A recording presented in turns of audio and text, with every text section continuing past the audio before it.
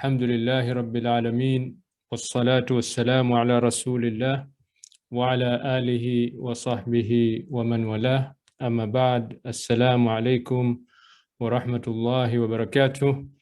Welcome back to our discovery journey, how Islamic civilization and sciences impacted the West. Now, today we want to focus on Islamic architecture. It's a vast topic, so I will be brief for 1 hour. These are references for anyone who would be interested to go deeper. I highly recommend this middle book, Stealing from the Saracens. Diana Dark has done a very good job to connect the Islamic architecture and how it is impacted the West. So that's a good book. The other books you can learn about Islamic architecture in general. The ones on the right, these are standard books that are used in American curriculum in undergraduate for when you study Islamic art and Islamic architecture.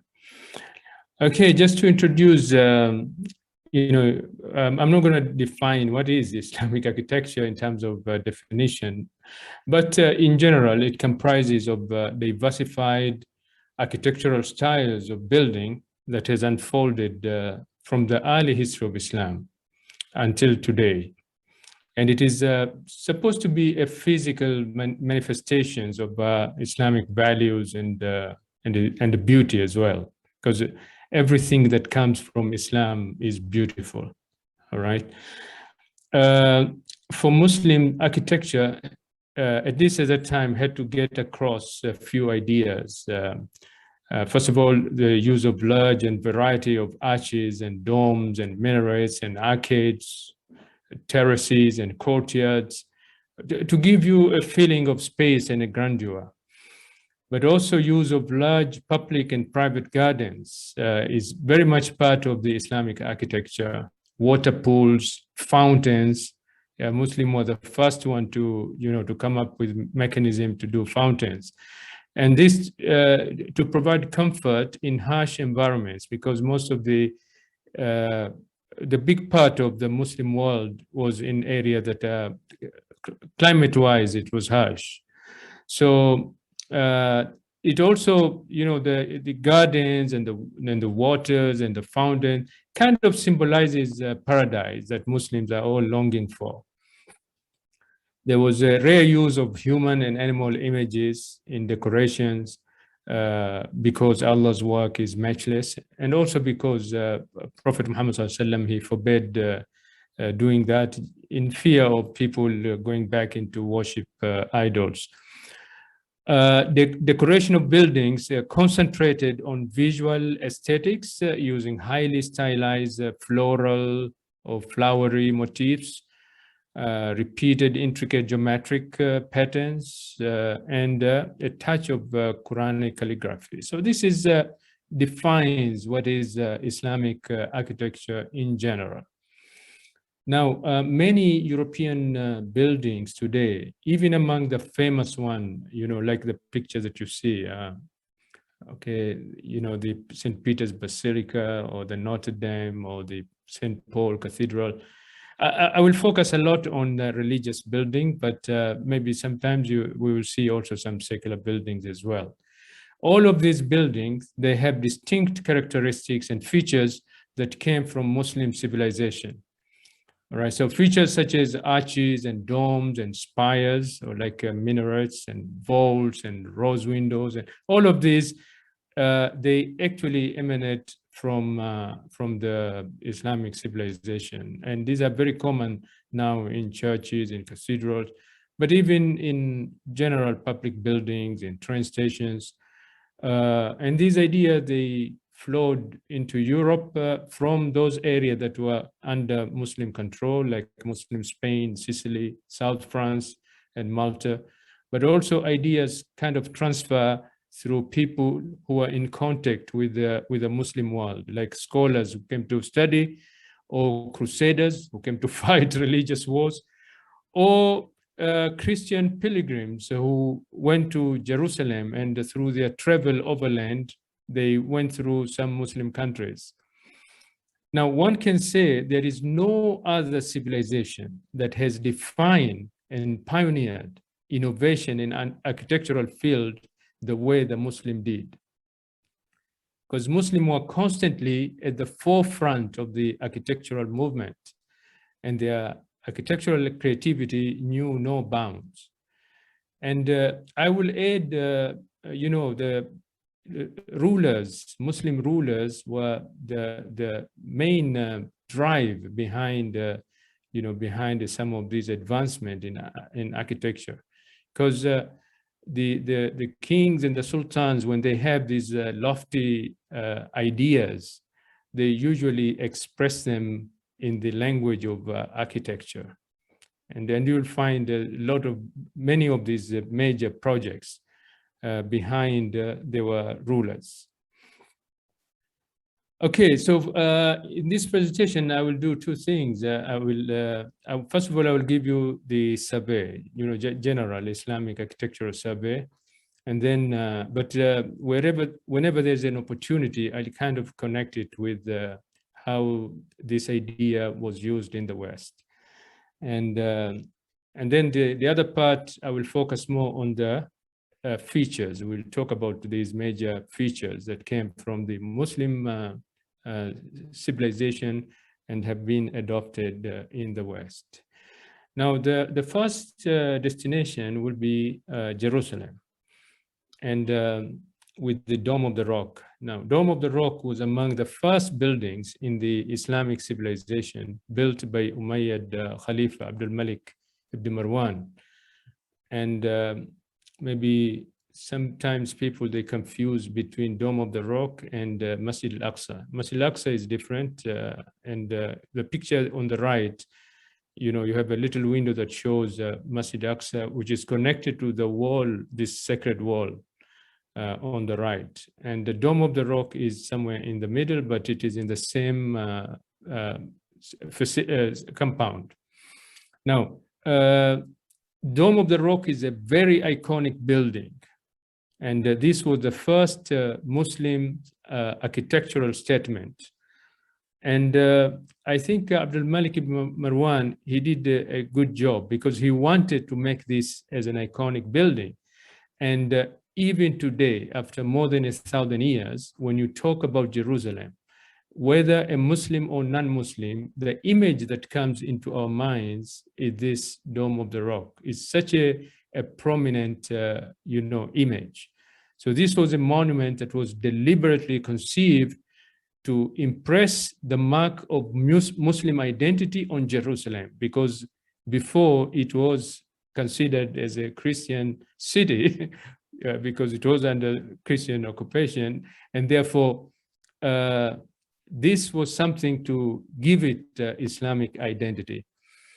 Now, the Dome of the Rock exhibits a very unique architecture because it's octagonal shape, and with this very shining, gold shining dome.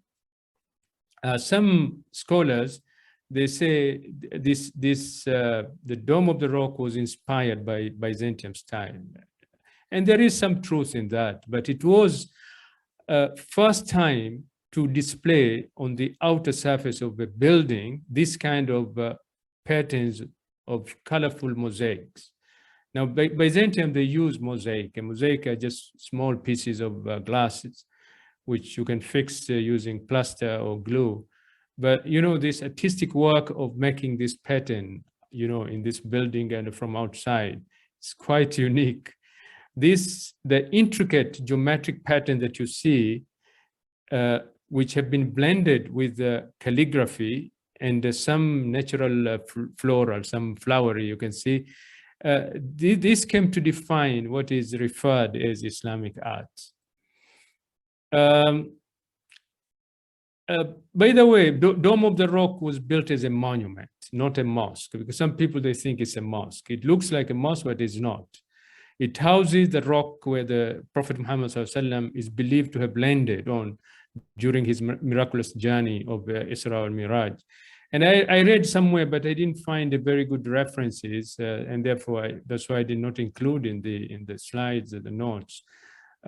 It is also a rock where Sayyidina Adam, our father, was buried under, and Sayyidina Ibrahim, he did the sacrifice, animal sacrifice on the same rock, but I didn't find any references from Islamic sources.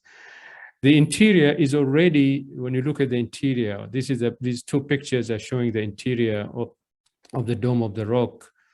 And, the one on the right, you can actually see that rock. And by looking at this, the architecture from inside, you can actually, see the grace and the beauty of Islamic architecture already taking, shape, especially with this circumvoluting, pillars that going, around the rock. Dome of the Rock, it boasts the beginning of the use of two key architectural innovations that were never seen before in the Christian Byzantium style: the pointed arch. And here there is evolution. This is just a starting. It is going to be well defined during the Abbasid period, but you can see it's on the building surface, outer surface, but also there are some arches external as you approach the building. You can see, these pointed arches. The Byzantium, they inherited the standard Roman arch, which is a round. They never had arches of different shapes. So this was a kind of a beginning of that evolution. Also, another kind of arch that was introduced is a trefoil arch. It's an arch, you see the picture on the right side, which has 3 lobes. This will become a signature of Umayyad architecture, especially in Andalusia. And you have also different version of this. You could have 5 lobes, and you could have multiple lobes. All right, and multiple lobes, they call it multifoil arch, will be very prominent in Indian subcontinent and Southeast Asia. These 2 architectural features will evolve to perfection later, and they became the defining and dominant features of the European Renaissance and Gothic architectural style. In fact, the Gothics, they even named the pointed arch as a Gothic arch, which is, it's like stealing from the ideas from the Muslims. Just to show you how this, has been used, and we'll see more of this. This is the Lincoln Cathedral in the UK, and I just kind of blow up one of the surfaces because I could not, I could not get this image to see the details. You can see the pointed arch in the top row. You can see the pointed arch, and you can also see the trefoil arch beneath. Even the row at the bottom, this is called intersecting arches, and we'll see these are also very dominant in the Gothic architecture, but this is something that was invented in the Muslim world, especially in Andalusia. The son of Abdul Malik ibn Marwan, he built a palace. It's called Khirbat al-Mafraj in Ariha or Jericho in Palestine. This was destroyed, this palace, by earthquake, and it was only discovered in the 19th century, late 19th century, and excavation work started in the last century. Now they excavated a big part, but they have the actual palace, how it looks like. They have animated this short video, just 2 minutes. I want you to bear with me.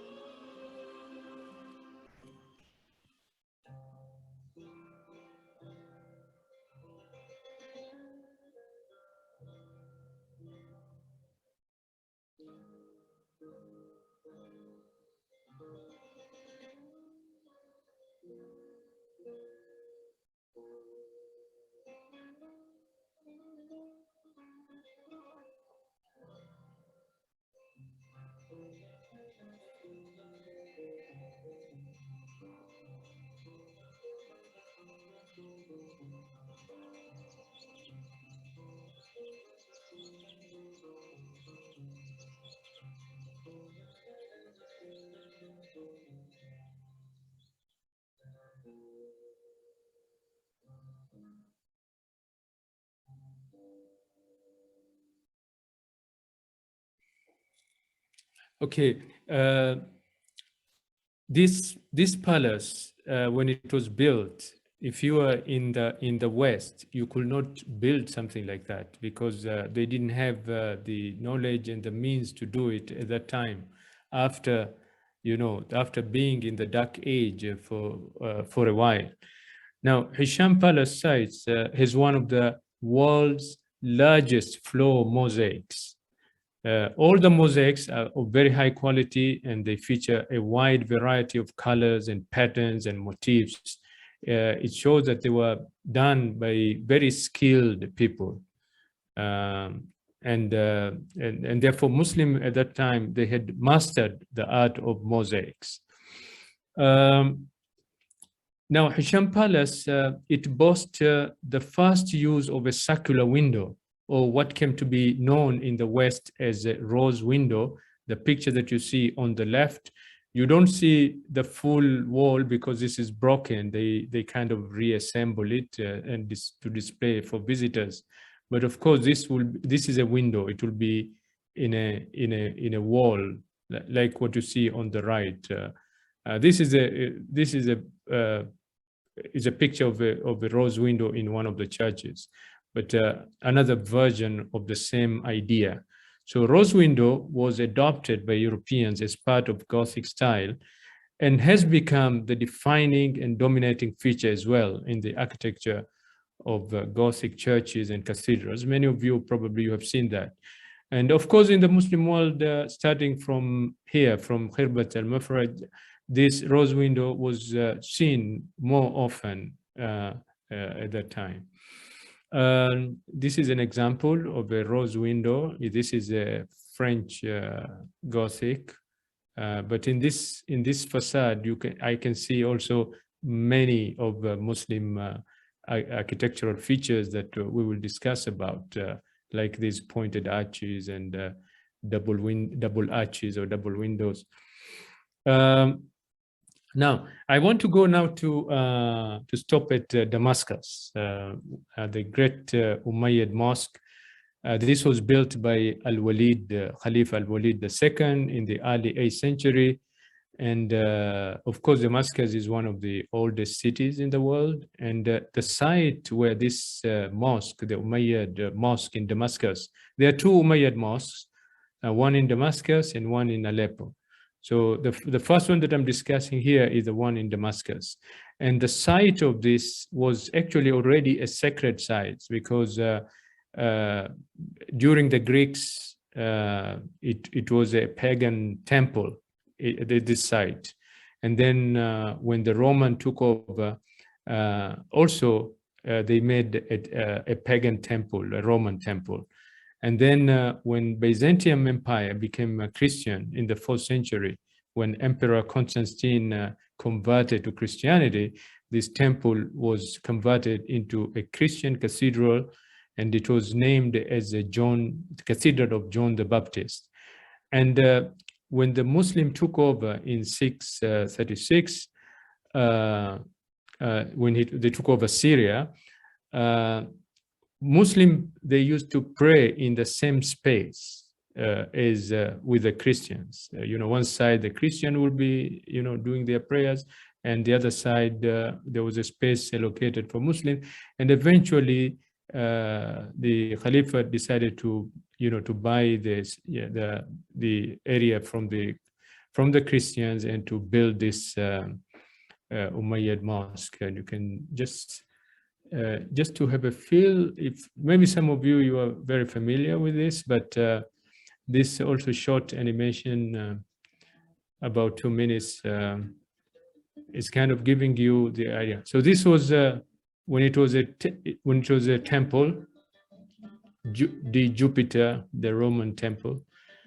Then it was converted into a church. As you can see, this is how it looked like when it was Church of John the Baptist. And then when the Muslim took the whole area, they decided to demolish that, and they built the mosque. And you notice where the base, where there was a church bell, the Muslim erected the minaret, and this was the first minaret to be built in a mosque. Because prior to that, the muaddin will be going on the roof of the mosque. But eventually, the prominent one, the one that is round, this was the first minaret.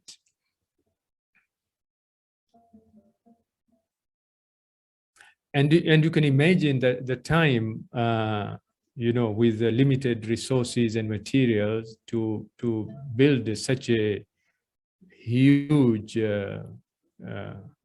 building. It's just an amazing, and the architectural style that goes with it.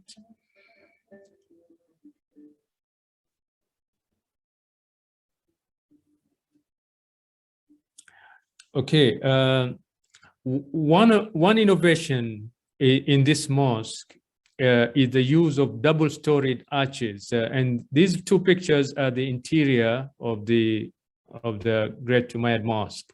And you can see the arches, double deck or double-storied arches. This is a new idea that the Muslim introduced, and the Umayyad, they like this idea.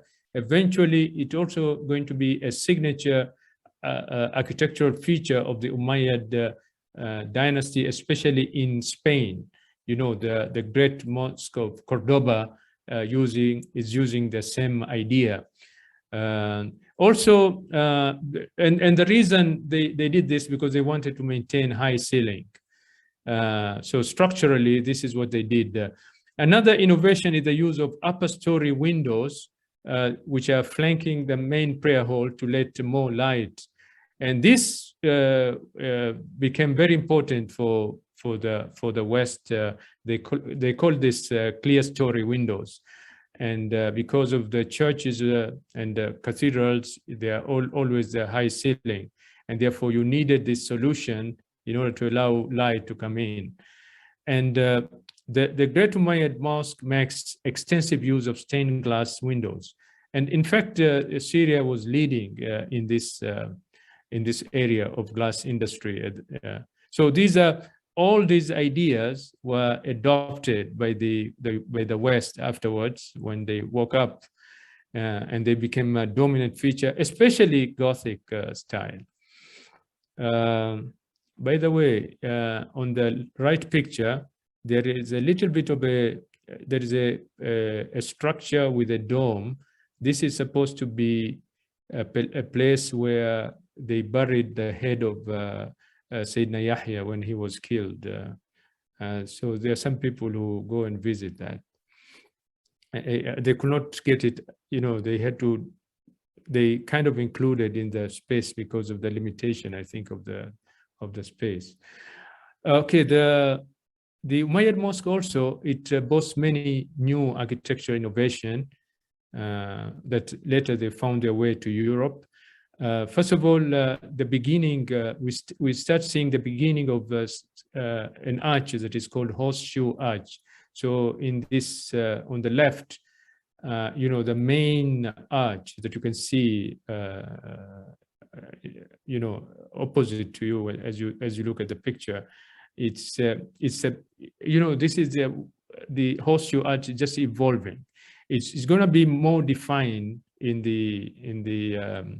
Andalusia, but also the use of minaret, as I said, and the first one, the first one on the left, this was built on the platform when it was a church. This is where there was a church bell, but the Muslim came up with this idea of a minaret, and this idea of minaret was adopted by the West, and now most of the churches, they have something called the spires, which is a kind of imitation of a minaret. This particular mosque has 3 minarets, and they also introduced the use of marble or stone window grills, so you see on the right, and this was also adopted by the Christians. And also very interesting is the use of double arches and double windows. You see the 2 minarets, the one on the right and the one in the middle, you have these double arches together, and there is an opening at the top, something like a circular window. These ideas also were taken by the European. Also the use of blind arches. You see the minaret on the left, there are arches. I think this is a trefoil arch all around it, but this arch is not open, is a blind, is on the wall. It's more like a niche. Okay, so all of these are new ideas that were, the West, they call these double arches or double windows, they call it tracery arches or tracery windows respectively. And we can see how this how it is used in the Christian churches. The picture in the middle, it showed these 2 windows, and they use pointed windows or pointed arches, which is already Islamic. So you have a pointed arch, and inside you have these 2 arches. They're all pointed, and then you have the rose window on top of it. You can see the implementation of this. Sometimes they can be nested, like what you see on top on the left.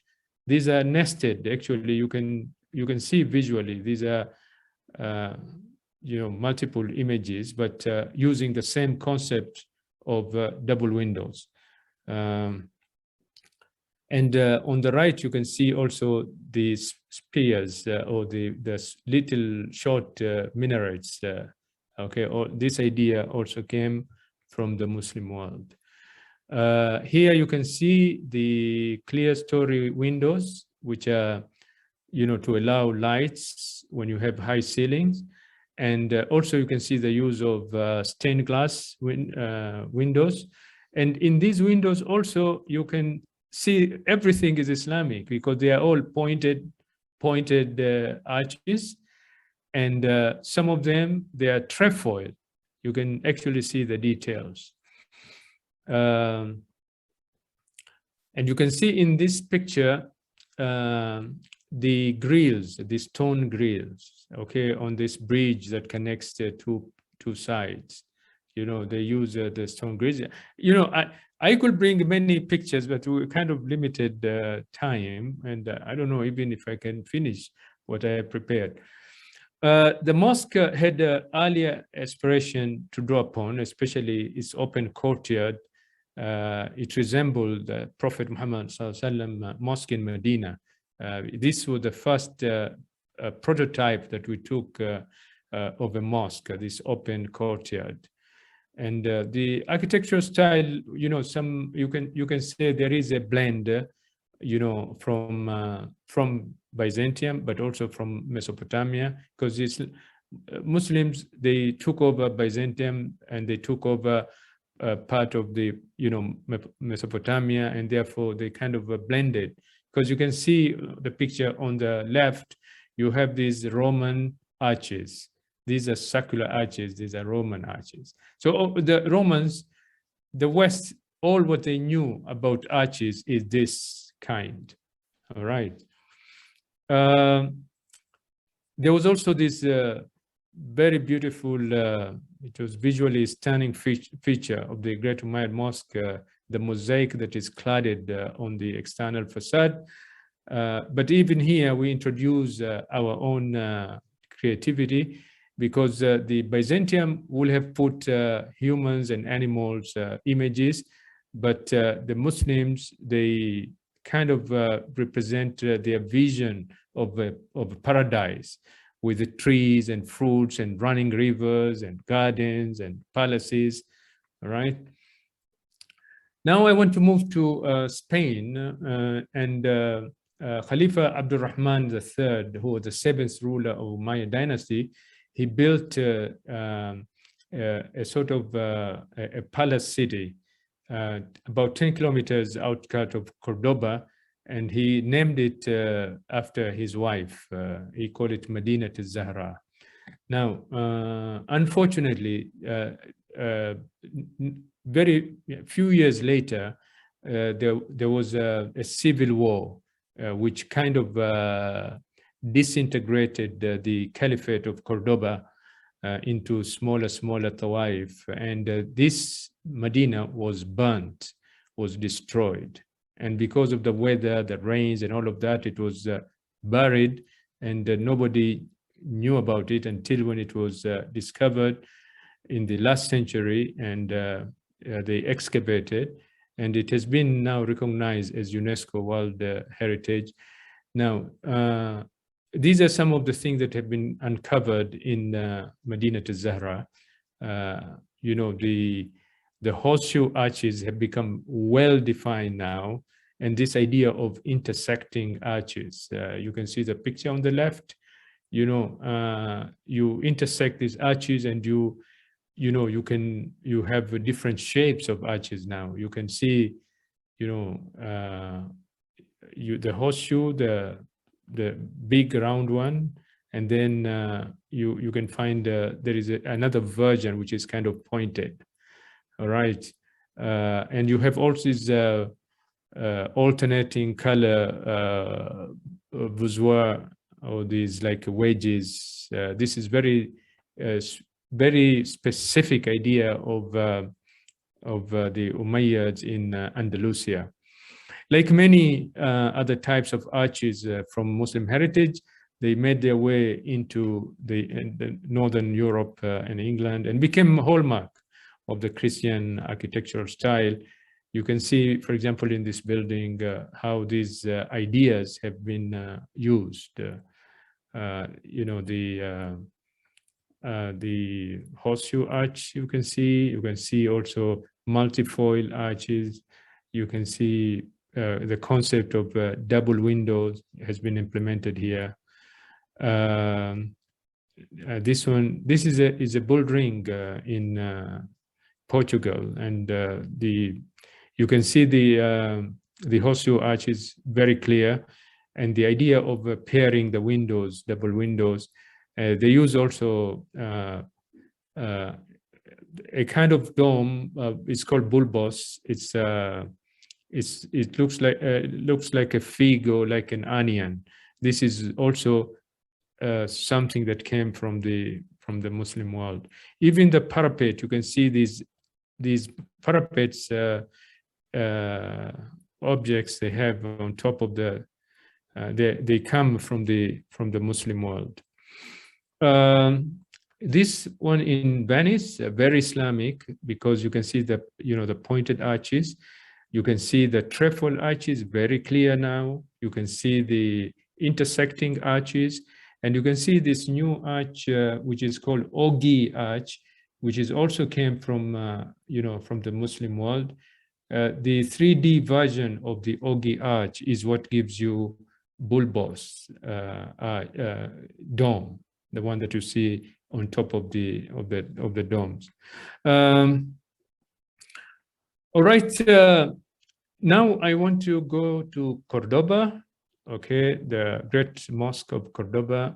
This was built by Abdurrahman I, who survived the overthrow of the Umayyad dynasty in Damascus, and he managed to fled and to go to Andalusia, and he established a new Umayyad dynasty in Cordoba in the middle of 8th century.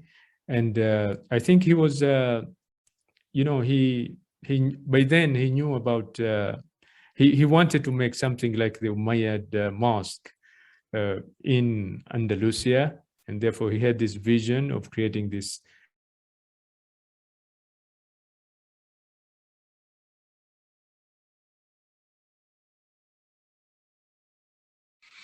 Now, although the Catholics, they converted part of the mosque into a cathedral in 1523, but the building still retains much of its original design. And just 2 minutes, you can look at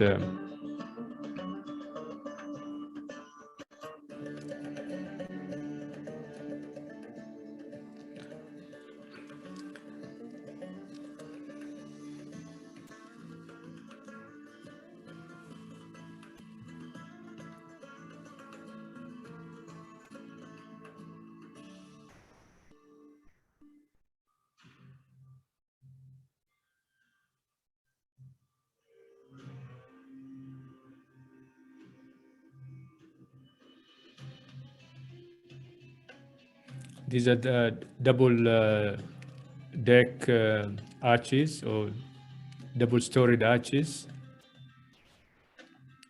Very unique.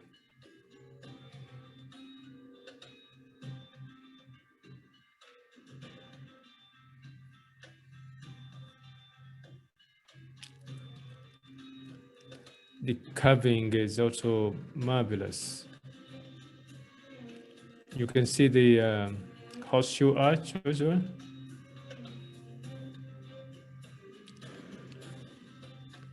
And you can see the trefoil and multifoil arches.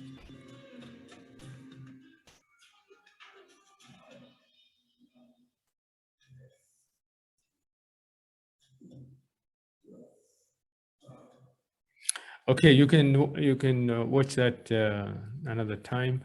So the mosque occupies areas about 25,000 square meters. So it's not a, it's the land there was kind of limited, but they kind of made good use of the land.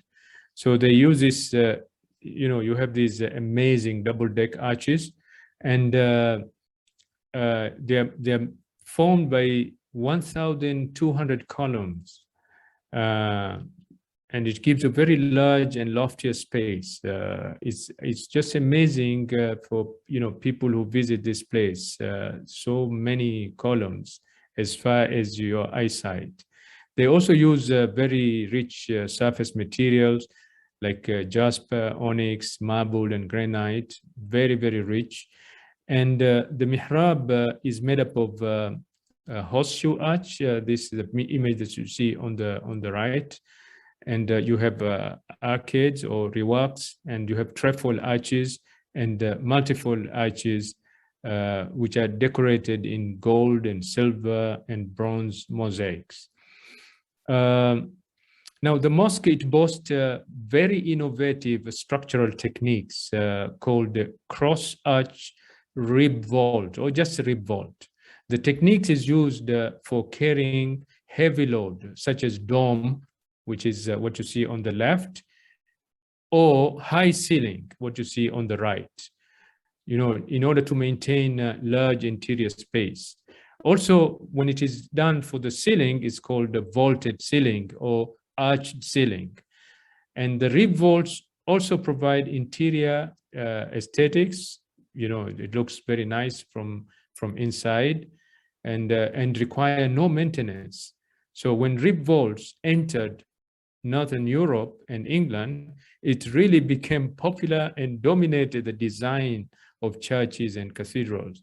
Even our mosque, the Grand Mosque, after more than 1,000 years, that big dome, they didn't know how to do a better structure than rib vault. The only difference is they use a different material now, because here they will use the stones or mortar, and today we use the steel, but we still use the same concept. So you can see here, this is the cathedral in Spain with rib vault to support a dome.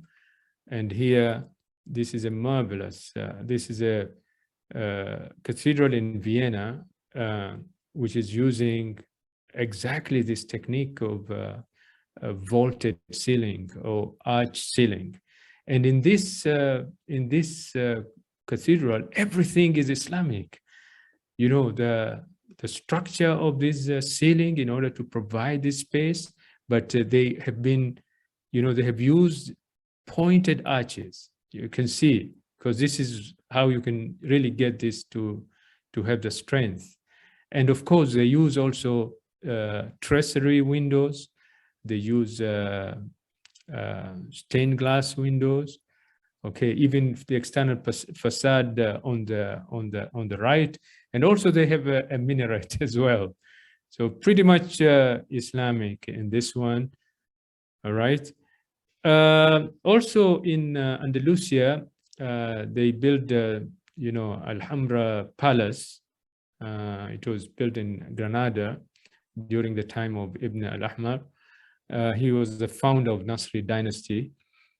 And here in Alhambra Palace, you can really see outstanding examples of Islamic architectural features, ideas such as muqarnas, horseshoe arches, multifoil arches, decorative ceramic tiles. The Muslim introduced that, hollow carving or deep carving, and calligraphy, fountains, all sort of ideas you can see in Alhambra.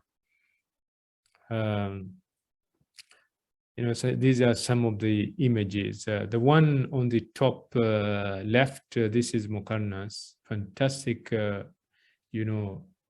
concept. It gives you structure and it gives you beauty as an interior decoration at the same time. The carving is just amazing, and now we want to move to Samara, Iraq. Now we look into what the Abbasid have contributed.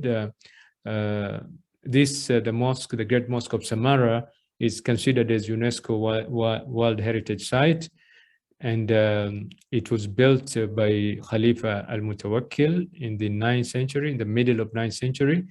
And at that time, it was the world's largest mosque, right? And its fame, it came because of it has very unique minaret, about 53 meters, which is about half the size of the Jama Sultan Qaboos, Jama al-Akbar. And it is kind of encircled by a spiral ramp. People, they can actually walk all the way to the top. They use backed bricks, and very simple. Abbasid, they kind of move away from the Umayyad with all these flamboyant, architecture with a lot of colors and all of that. So they are very simple, very plain, but very profound. The pointed arch is now well defined in Abbasid time. You can see these are some of the images of the Great Mosque of Samara. The picture in the middle, you know, this area was covered. You have a compound wall, and then you have an area that has been etched a little bit. That area was actually covered area, and the area that is plain, that was the courtyard. But we can see now the arches, the pointed arch is well defined now. The Abbasid also, they built Great Mosque of Kairawan in Tunisia. And here, the Horseshoe Arches are very clear, all right? This mosque actually, there was a relatively smaller mosque. It used to be called Jami Uqba bin Nafi, and it was built back in 670 when they found the city of Kairawan in Tunisia. But then the Abbasid, they kind of rebuilt it and gave it more prominence. So these are some of the pictures of the Great Mosque of Kairawan. And now we can see the Horseshoe Arch here also is well defined, all right? Also, the Abbasid, they built Ahmed ibn Tulun Mosque in Cairo. And this mosque is considered as the jewel of the Abbasid style. It was built by Ahmed Tulun when he was appointed as a governor of Egypt. Of course, the mosque shares many features with the ones that have been built in Samara. The Abbasid style is an affirmation of a very simple, very pure architectural style, and it was a real breakthrough from, as I said, from the flamboyance of the Umayyads, because you can see their artistic signature of Abbasid architecture style. Simple, not flashy, not glitzy, no colors, no tiles, no mosaics, no paintings. And they use fire bricks, and they use this stucco carving of abstract Islamic designs. Very beautiful. They also use these, they call them piers, to support the pillars. So the pillars are not standing independently. This is a nice image. They also built Al-Khudayr fortress in Karbala. And when you see these images, you can tell this is Abbasid. This has also some unique concepts because it was built as a fort. Right. And then in Cairo also, because Cairo was established by Fatimid dynasty, and they built Al-Azhar. And Al-Azhar also is kind of moving away from other previous architecture. They use very massive portals or entrance, and elaborate facades with very deep carving, and they use a lot of ornaments in the minarets, as you can see this picture. There's a lot of decorations and a lot of deep carving. And the Ottomans, among the famous Muslim architect is Mimar Sinan. He was the official architect of Ottoman Empire. He designed more than 477 buildings for 3 sultans. Mimar Sinan, he introduced the concept of green architecture. So many of his buildings are environmental friendly. And also he built a mosque that was earthquake resistant. Now his famous work is this Sulaimaniya Mosque, which was environmental friendly, and also the Selimiya Mosque in Ardin, which is earthquake resistant. He built all kinds of buildings, not only mosques. He built hospitals, madrasas, palaces, and But what is interesting is Mimar Sinan had a tremendous influence on the famous European architects during the European Renaissance, who built these iconic buildings like St. Peter's Basilica in Rome, St. Paul's Cathedral in London, and Florence Cathedral in Florence, because they kind of use the structural ideas of Mimar Sinan. So this is Sulaimaniya Mosque. I mean, some of you have visited Turkey, you have seen this mosque. Sultan Ahmed Mosque was not Mimar Sinan's design, it was his students. Without going into details, the Mughal style, which they rule India, this is a Jama Mosque in New Delhi. You notice in India, they adopted these bulbous domes, which they look like a fig or like an onion. It's a 3-dimension of an ogee arch. Their arches are multifoil. They like this multifoil. So most of the mosques, if you go to India, Pakistan, Bangladesh, you will see this kind of arch, this kind of design. This is a Taj Mahal. It's not a mosque, it's just a monument. But they did it with a design of a mosque. And you can see the domes and the arches.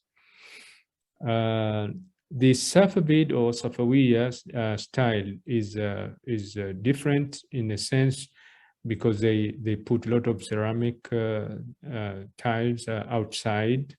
We have the mosque in Sohar, which is designed to follow that kind of style. But the Sultan Qaboos Grand Mosque is from interior side is a Safavid style, Safawiya.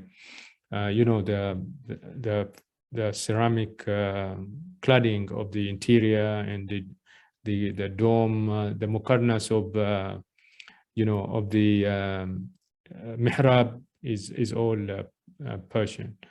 This is another example. This is a very beautiful mosque. It's called Nasser Al-Mulk Mosque in Shiraz. Very colorful because of this use of stained glass.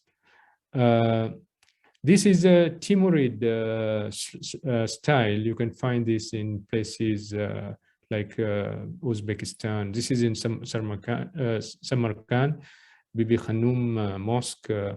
And, you know, look at the domes, slightly look different. And they have a technique that is very, very good technique. I will explain to you.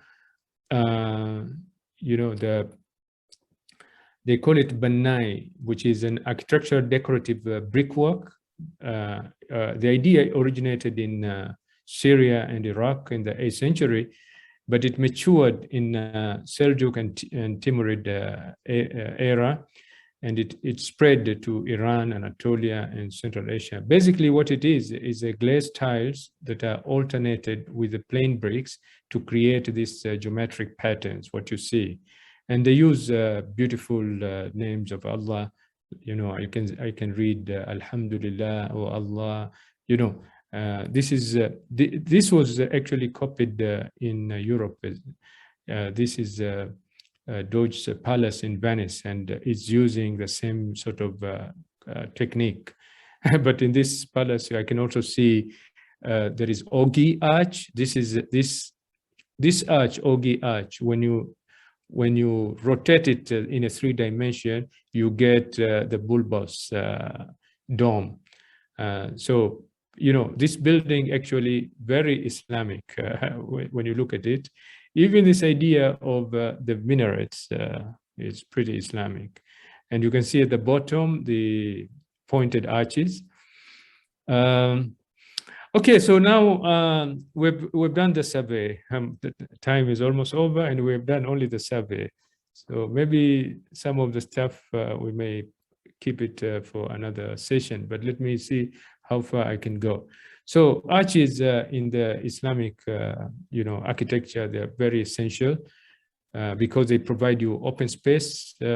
but also they are bearing huge structural load. That's the reason Muslim, they kind of like, arches. They're silent, but they are carrying a lot of weight silently. Arches were made in the Muslim world stronger, taller, wider, and variety of designs and structures. Because in today's construction, it's very easy when you go to a designer and you say, I want this arch, I want this arch.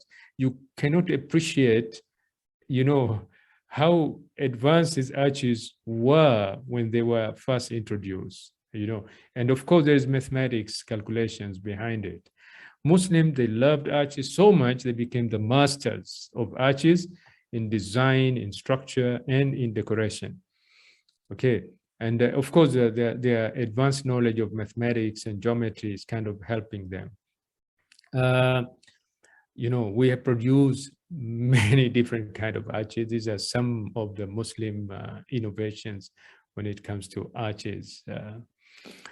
Now, I want to trace the evolution of a pointed arch, because this is important. The West, they claim the pointed arch is, they even named it as a, Gothic arch. And there are some scholars, even in the West, who object, and they say this should have been an Islamic arch or Saracen arch, or, it was not okay to just name it Gothic. Why you name it something that doesn't belong to you? So the pointed arch began to be associated with Islamic identity right with Umayyad, right at the Dome of the Rock. We noticed that. And then it appeared again in the Umayyad Mosque of Aleppo. We didn't discuss about the mosque in Aleppo, but you go to number 2. I labeled this so that you can trace it. So in number 2, we start seeing there, and it was further confirmed when the Abbasid took it up with strength in Baghdad, in Ukhaydir Palace, and in Samara. Okay. And then it appeared in sophisticated form. So that's number 3 and 4. It appeared in sophisticated form in Egypt in Nilometer, Fustat. This is the building itself. It houses a nilometer, to measure the level of River Nile. But I'm interested in the architecture. So they use this pointed arch, but here they use it with the very well-defined measurements. So by 9th century, use of pointed arch was prevalent across the Muslim world, and with exact measurement used in early Gothic style 3 centuries later. And the last one, you can see that is in Ibn Tulun. We already saw that. And you can see now in many of these buildings, a famous building, you can start tracing these arches.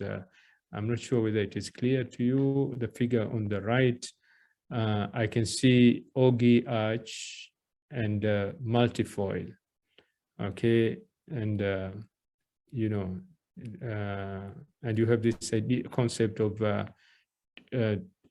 double arch or tracery arches.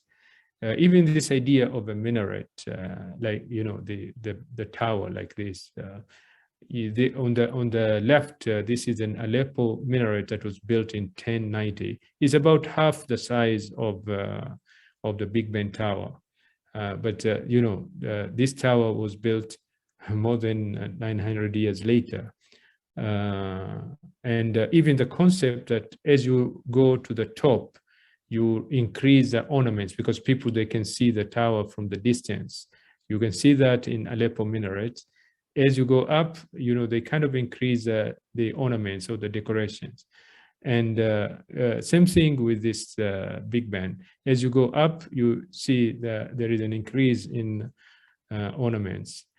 This is the House of Parliament in London, and from outside you can see a lot of things that features came from the Muslim world. But if I do a close up from inside, you can see the pointed arches, and you can see the multifoil arches. All right. You can see the Ogi Arch. This is a building in Venice. You can see the Ogi Arch, and the pairing of windows. All right. Even this telephone-like design of a rose window, it actually used this in Mamluk's time. I didn't get the image to show you. This is Amalfi Cathedral in Italy, and you can see very Islamic ideas here in terms of pointed arch, in terms of using these two colors, stones, in terms of use of tracery windows and tracery arches. You know, on the left, on the right, you can see the pointed arches which have been intersected. You can see, okay, Dr. Yusuf, it's your call. You want me to stop or to continue? No, just continue for a few more minutes. Oh, okay.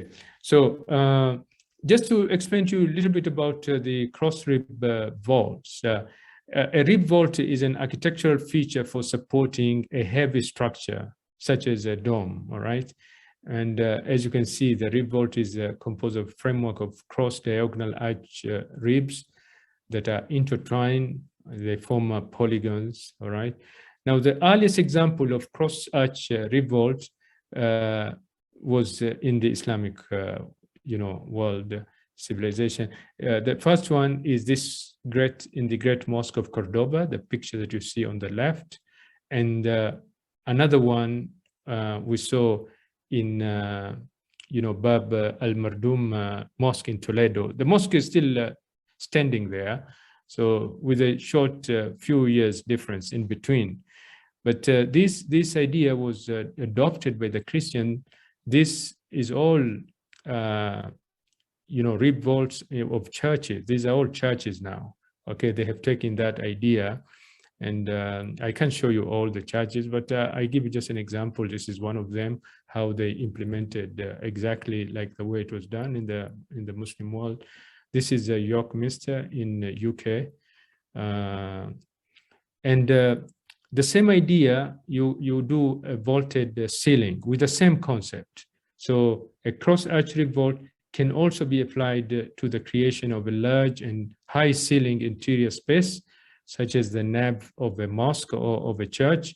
So a typical flat ceiling is usually about 3 to 4 meters high, but a vaulted ceiling using cross-arch rib vaults can go much, much higher and can extend it to the space between where the ceiling will normally end and the top of the roof.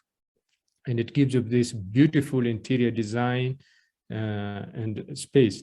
And a vaulted ceiling can be constructed using a series of arch diagonal ribs and configured in multiple, like a 4 or 6 or 8. As you can see the picture at the bottom, the first one is 4. You can see these are 4, and you can go to 8, and the one on the right is 6. So you can design, you can come up with a different shape and different, So these are the examples of, everything here from the Christian church, except the one in the middle. This is from the Mosque of Cordoba. And there's slightly different versions. You can be creative on this. But as you can see, this is the Notre Dame Cathedral inside. This is a very much vaulted ceiling, very Islamic. Even they use the pointed arches. But amazingly, this is Islamic. And if you look at the facade outside, I can point out many, many things that are Islamic. The spires are Islamic, the intersecting arches are Islamic, the multifoil arches are Islamic, the rose windows Islamic, the tracery windows that you see are Islamic, and at the bottom, even the entrances, these are pointed arches are pretty much Islamic. This is the Duomo Cathedral in Milan. If you look at inside, it is very simple, exactly the way it was done in the Muslim world. The arch ceiling, is huge, but using the same concept. But even if I look at this facade outside the building, To some people, they look at this design, it doesn't fit into Islamic design, but when you look at the details of the components that make up this building, very much Islamic. This is George's Chapel in Windsor. This is where I think Prince,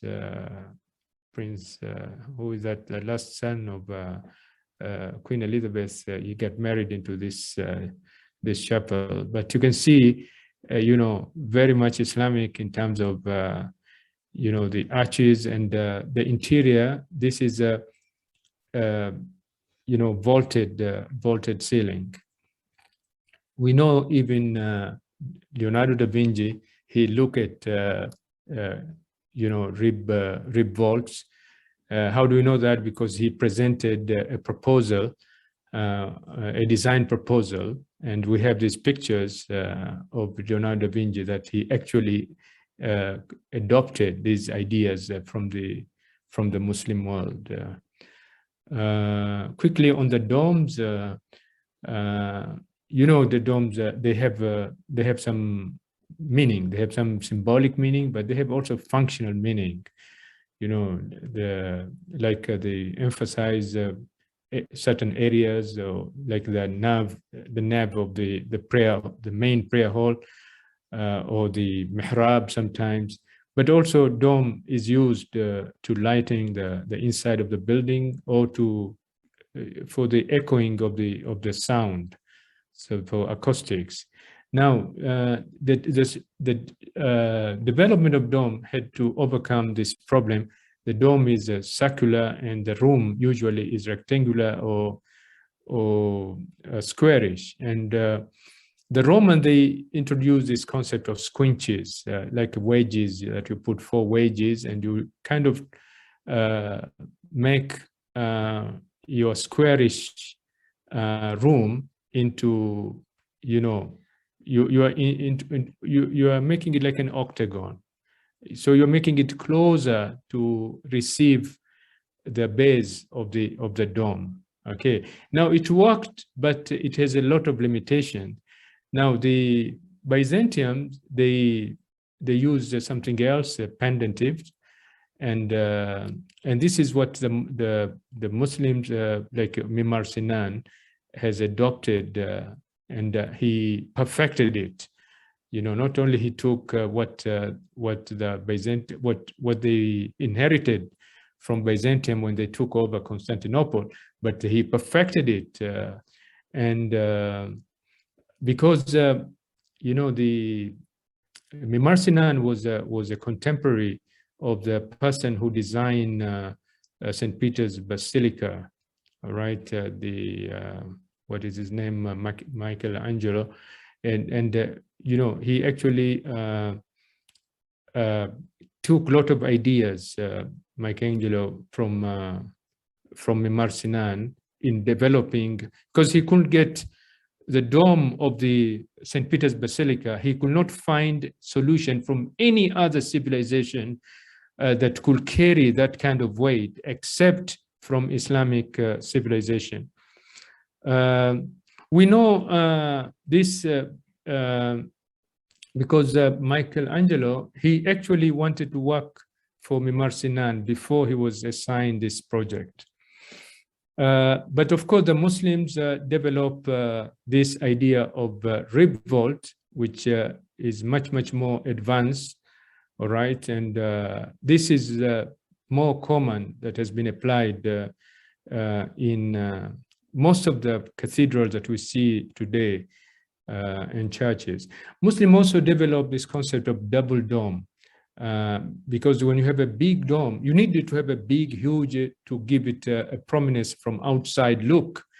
But the problem is that from inside, it looks hollow, because the dome look very ugly from inside. So the Muslim, what they did, they came up with this idea of double dome. So you don't have to reveal the depths of the dome from inside by actually doing a double dome. So the picture that you see on top, on the right, this is a picture of Taj Mahal. from outside, it looks very prominent, but from inside, very large. But from inside, you don't see the depths because there's a lot of area that is not visible, not accessible. All right. And the picture that at the bottom, you can see how Muslim developed this concept. And therefore, you could have one shell, you can have two shells, you can have even triple shells, and like the one in Timurid style, it is actually triple because it looks huge from outside, but actually from inside is very pleasant. So these ideas were adopted by the Europeans in all the famous buildings, like St. Paul's Cathedral in London, St. Peter's Basilica in Rome, and in the Cathedral of Santa Maria in Florence, and many of these cathedrals.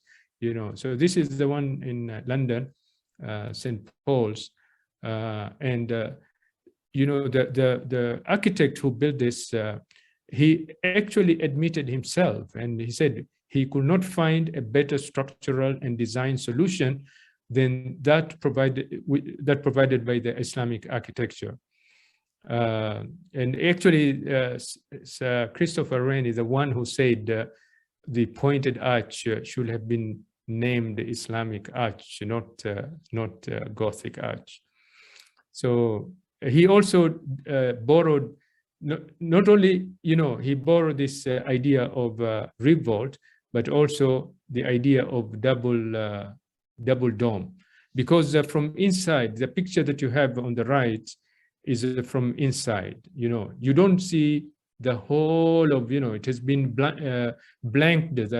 So visually, you don't see, the whole thing from because from outside is quite, the depth is quite deep actually. All right, so this idea also came from the Muslim one. This is the one in Florence, same, is based on double dome. And this one is the one in St. Peter's Basilica, is also based on double dome architecture. And this bulbous dome, which is onion-shaped dome, it corresponds, we said, with Ogee Arch, and is very common, we said, in India, in Southeast Asia, Indonesia, Philippines, Singapore, all these places you go, you'll see similar. And this actually enter Europe via Venice, and I'll just show you a picture of that. And it became also prominent in Eastern Europe, especially among the Orthodox Christian buildings.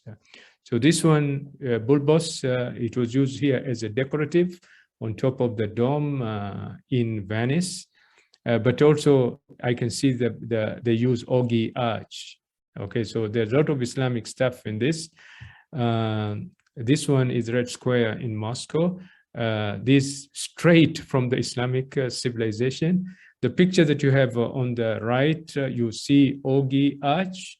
They have used Ogee Arch all the way, all right?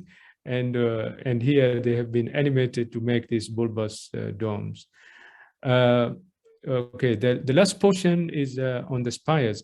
Now, traditionally, churches and cathedrals, they didn't have they didn't have minarets. They just had the bell towers, and spires of minaret were not part of their, so they saw the Muslims when, with the domes and and the minarets. It looks very beautiful visually, and therefore they adopted that.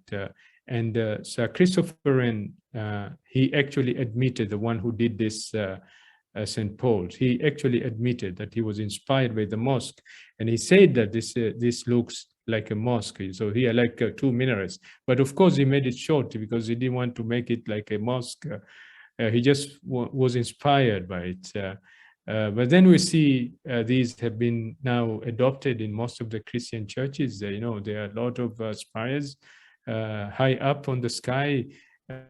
These images that you see, all of them have many features from the Islamic architecture in terms of pointed arches, and I don't need to repeat. Even when you look at the synagogues, they have been impacted by the Muslim. This is a synagogue in Budapest. It looks very, very Islamic. It has a lot of features that are straight from the Islamic world. These are two synagogues, one in Berlin and one in Florence, very, very much Islamic with the domes and, you know, and the minarets or the spires. All right. Alhamdulillah, I managed to finish with the extra 50 minutes.